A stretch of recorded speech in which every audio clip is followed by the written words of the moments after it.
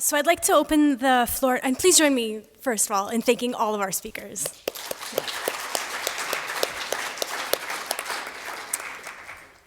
Terrific. I'd like to now open the floor to the audience for Q&A. We have 15 minutes, which is wonderful. I'd like audience members to please let us know to whom your question is directed, if it's directed to one speaker, two, or the entire panel. And also, I'd like to ask, please, that you kindly keep your questions focused so that we have time to take as many questions as possible, and also give our panelists adequate time to respond. Okay, so any questions from the audience there? Okay, I'll take the liberty to ask the first question, and that is, a note here. This is a question for all of our speakers. I would really be interested to hear your thoughts about the tension in much of what we hear about climate change and the response that it's going to necessitate. We hear a lot of conversation around adaptations required, the resiliency that's going to be required of communities as they adapt to climate change. And I'd like to hear from your various perspectives what you think about the tensions between the role of adaptation and also the role, maybe the tensions or the relationship between the role of adaptation and the role of advocacy as we deal with this issue. Often I'm struck by who is asked to adapt to change and the relationship or tension between this and who has the power to speak or to make change about these issues. So my question is about the balance of adapting versus advocating for change or even activism on these issues. Maybe I'll go first. Adaptation is not a choice. Adaptation is something you either do or you don't. Advocacy is one of the ways in which you can try to increase your chances that either your or the people you care about are able to adapt effectively. And it's a skill set. And so the better you can advocate, the more likely you'll be able to adapt. The better you advocate, the more likely you'll be able to mitigate as well. So I think that as the pressures increase and the incentives increase, the likelihood that you'll see more and more groups, more individuals, more communities advocating for their own well-being is going to increase. A lot of what we learn about in terms of advocacy skills comes from the business sector because they've always had a very tangible stimulus for advocating. And it's only more recently that we've been given the population at large as many verbal tools and as many media tools to be able to advocate as effectively as business people have been doing for decades.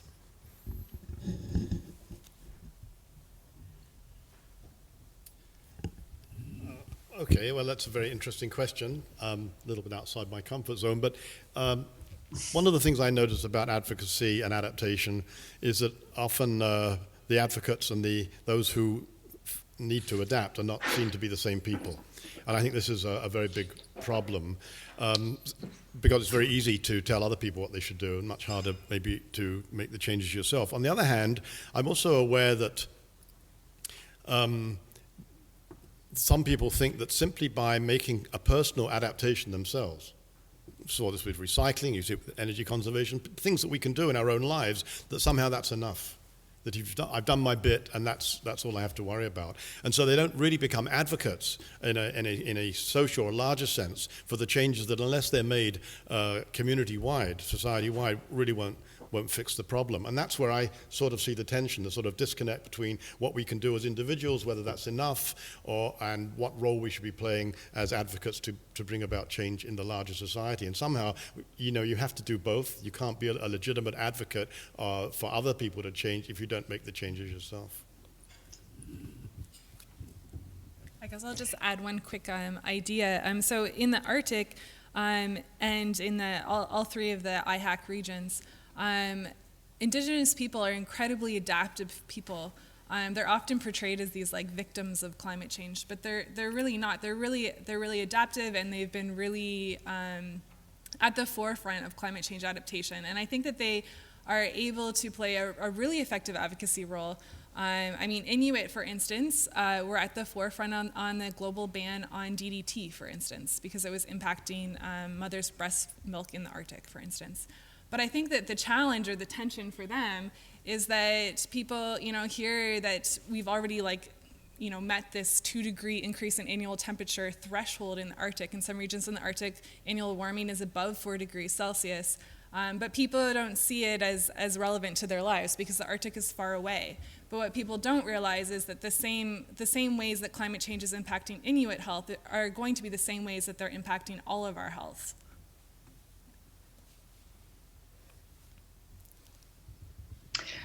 I'd like to just say that, the media, I think as journalists, we are not operating in the realm of advocacy per se. We're really here to tell stories, but I really want to, emphasize and encourage all of you to use the media to tell your stories because I think it empowers advocacy. Thank you so much. Okay, we have a question over in the back there, if we could get a microphone there. Thank you. I'd like to commend all the speakers for a wonderful panel discussion, and there's shock doctrine going through all of your presentations, and so it was really good to see this as a segue out from what we heard last night. My question is for Peter, though, and I know Yogi Berra wasn't an economist, but he did say it was always tough to make predictions, especially about the future. And economists seem to be enthralled with this notion of trying to model the future. So if we're headed towards a steady state economy, there needs to be a modeling and a description of what that new economic model actually is. And it'd be really good to hear your thoughts about where should we be moving to in terms of that economic model, and how is it structured in a way that meets all those sustainability issues and so on. Thank you. That's quite an agenda, and it's the sort of thing I'm going to be talking about in the workshop later on. But just to sort of say a few comments about that. I've emphasized in my remarks this morning that I believe we're putting too great a burden on the biosphere because of the material relationships between the economy and the biosphere. So when we talk about a steady state economy, it's got to be one where we see, in fact, a reduction in the flow through. We use the word throughput of materials and energy to keep the economy going. So a steady state is a tricky concept because it leaves open what is it you're going to hold steady. Those of us who work on this topic think that we can conceive of an economy in which the annual production of goods and services, particularly in a rich country like Canada, can be stabilized at a respectable level with an accompanying decline in throughput, but also in a way, if we make some other changes, where in fact we become more prosperous as a society. If we, for example, if we continue to become more productive, that we're able to produce more and more things with less and less labor, then instead of producing more things, we work less. We have a reduction in work hours. And there was a trend in that, but it's stalled now for the time being. So that would be one dimension of a steady state economy, one in which we would have more personal time, more time to spend with friends and family. I think there has to be changes in the kind of enterprises that we have. When we have large corporations that are so fixed on very short-term profits, that's inconsistent with the kind of economic system that I'm sort of trying to sketch out here. So there's some real interest in resurrecting the older interest in cooperatives, which aren't driven by the same motivations. One of the big problems, or one of the big changes that I see is in what we invest. Whenever an economy produces goods and services, some of those are consumed and some are put aside in real investment. We build buildings and furniture and equipment and so on. In order to move to a steady-state economy which isn't doing so much damage to the biosphere, we've got to change the pattern of investment dramatically. And part of that change requires investing in things that don't yield a profit. So, for example, when you create a new national park, for example, if that was a measure you thought was useful for protecting biodiversity, that's not done because it yields a financial return. So it's not something that the private sector gravitates towards. So the question is, how do you shift the pattern of investment away from things which provide a lot of short-term return into things which don't necessarily provide any financial return, but in fact make us all better off? And that takes you into, well, does that mean you've got to change the financial system and the way that functions? So you see the sort of web, which is really what you're asking me. What does that look like? As I say, I can't go into any detail on any of these topics right now, but there's a lot of work that's being done and a lot's been written and there's got lots of material out there, but there's also more to be done. But I hope I've given you some flavor of where I think we need to go. And the workshop this afternoon will expand on the idea of steady-state economies as well. So we invite you all to join that. We have a question here in the middle of the room. Thank you for a fabulous panel. I thoroughly enjoyed all of your talks, and particularly Dr. Zigby. I was thinking about, we often refer to fossil fuels as an addiction. And as somebody who does work in addiction, I also recognize the parallels that when somebody comes into Emerge with an addiction, our well-meaning physicians and healthcare professionals want them to go straight into action because we can see what's wrong with what they're doing. And I think that model translates into this. There's pre-contemplation, contemplation, and planning. And when I'm working with people with addiction, the most important part that we miss is planning.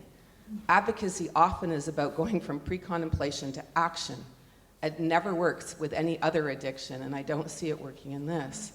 So how do we get people to step back, do the motivational interviewing type of technique with the planet to help them go from pre-contemplation to action? So in a way, I'm asking, how do we do the planning? And I'm also seeing this as a huge role for physicians. I think we're perfectly positioned to understand addiction and to understand the steps that it takes to get to action and just how we can kind of work together to create the ability for planning to create the change, not just the shocking into action that hasn't worked in any other addiction. Fantastic analogy, and I'm sure there's input from all members on that. How would I say that? To take your analogy a little bit further of the addiction, you can sort of see the patient as being not just you can begin at the individual, but you can also begin at the community, you can begin at the nation, you can begin at the planet. And I think taking it from the point of view of the motivational interviewing style, it's interviewing the particular body who you're interested in trying to influence and finding out what makes them tick. And so if it's your community that you want to try to wean off fossil fuels, you have to find out what's keeping them on it and find out what are their benefits for it and try to create a plan together with a series of steps of how they're going to get a little closer to getting off of that addiction. Often going cold turkey can be a solution for extreme situations, but most often when people can visualize the steps together, feel as if they have something to gain from it, can visualize the gain in taking those steps, they're much more likely to do so. And the last part is putting in place the environment by which people are all going to win. So that usually entails making sure that communities have some say in the way that transition is going to be and have some benefit, either financially, quality of life-wise, or otherwise, with respect to what's going to happen in that transition.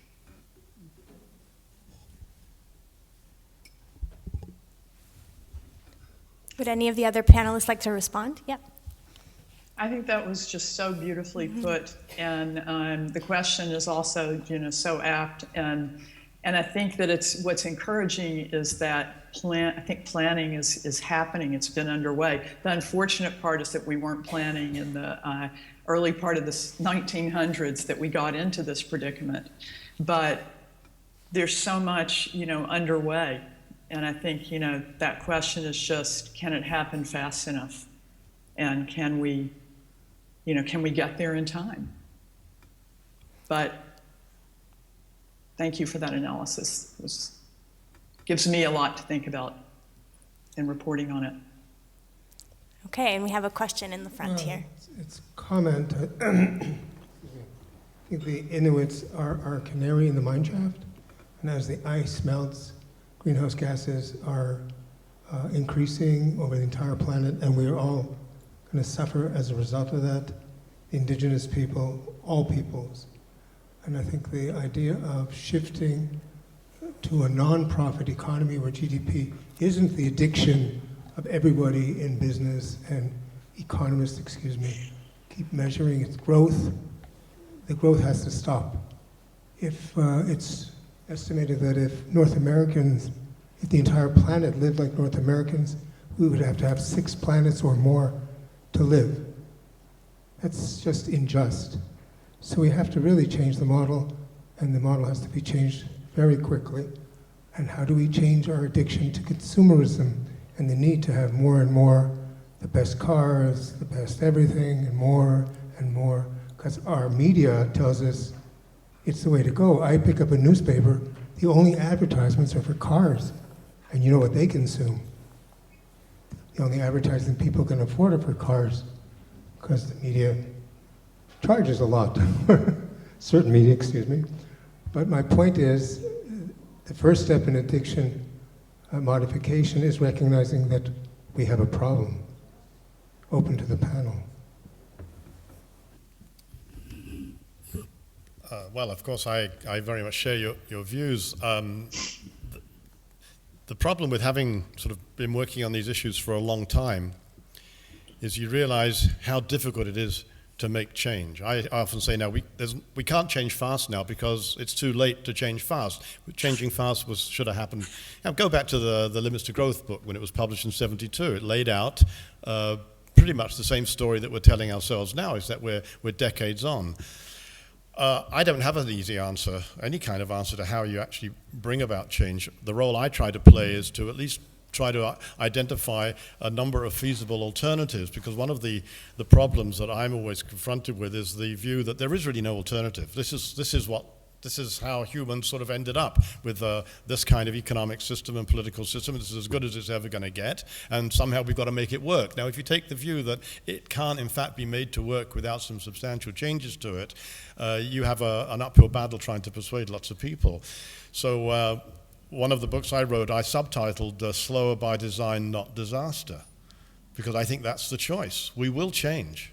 It'll either be because we've been thoughtful about it and we've looked at the alternatives and we've had some democracy at work and we've dealt with the power structures that exist and we've worked our way through to a better future, or the crises will just come faster and faster and we will be forced to change. So it's a really nice, well, I think there are choices, but I'm not particularly optimistic that we have the social and institutional structures to make the sorts of change that are necessary. Yeah, and I think that people are, oh, sorry, go ahead. No, please. I think that people are starting to, embrace climate change as a challenge and that it's real and that it's happening. But I think that for a lot of Canadians, I'm not completely convinced that they recognize it as a problem. I'm from rural Ontario, and when I go home to visit my family, most of my family members and most of the community members, they don't believe that climate change is a real issue, which is leads to really interesting dinner time conversations. But anyways, when you go to the Arctic, you go there and you see the changes. They're visible, you can't ignore them, like they're obvious. And so you see that the climate is changing and the impacts that it has on livelihoods and on health. It's a little less obvious, I think, for some of us who are not so intertwined with the environment in the way that we used to be. But I think that there's small examples that you can pull at to bring the issue to the forefront, to make people see that it is an issue. So, for instance, my grandfather recently said that there might be something to this climate change thing because he noticed that he used to be a farmer and that the almanac series of the planting, the temperature zones is changing and it's moving northward. So people are starting to see the changes and they're starting to link that to climate change. So, your comment on, like recognizing that we have a problem in the first place, I think that we're gaining a lot of momentum, but we're not quite there yet still. And that's an anecdotal story. Can I just add one more comment? Look, we're not just talking about climate change. If climate change was our only problem, I'd be a lot more upbeat. That chart I put up showing a whole range of ecosystem aspects of the ecosystem which are in a bad way. It's not just climate. Loss of biodiversity is a much more difficult problem to solve, and so. That's why the implications for what we have to do in our economy and our society are much more far-reaching than simply changing our source of energy, as if that wasn't hard enough. I just think, climate change has almost taken over this discussion of humanity's interaction with the biosphere. There's some recent work, I'll mention it later in this fabled workshop that I'm going to be holding, that some of you might come to. The planetary boundaries literature is quite interesting, where they've identified now a set of 9 issues of global environmental significance, all of which are getting worse, and you can trace that back to the ever-expanding economies of the world.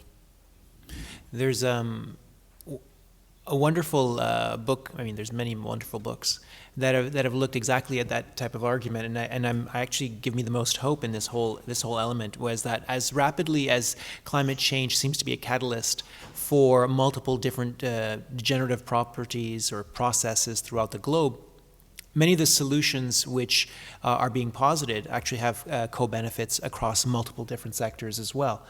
And I think that one of the issues and advocacy that I promote is the whole concept of green medicine. And green medicine is not looking at any one solution for its single biggest impact in any one particular determinant of health, or if you want to think of it a biosystem, but what type of changes are you going to see positive ramifications across multiple, if not all, different challenges facing the biosphere. And those are the choices that have to be made. So it has a lot more to do with picking those multi-impact type of changes, if you can be so lucky as to see some of those, and how to accelerate the implication of those. And Linda, did you have something to add? No? Okay. Well, thank you all for a wonderful plenary panel, to the audience for your terrific questions, and to all of our panelists for your very provocative and very thoughtful responses. So please join me now in thanking everyone.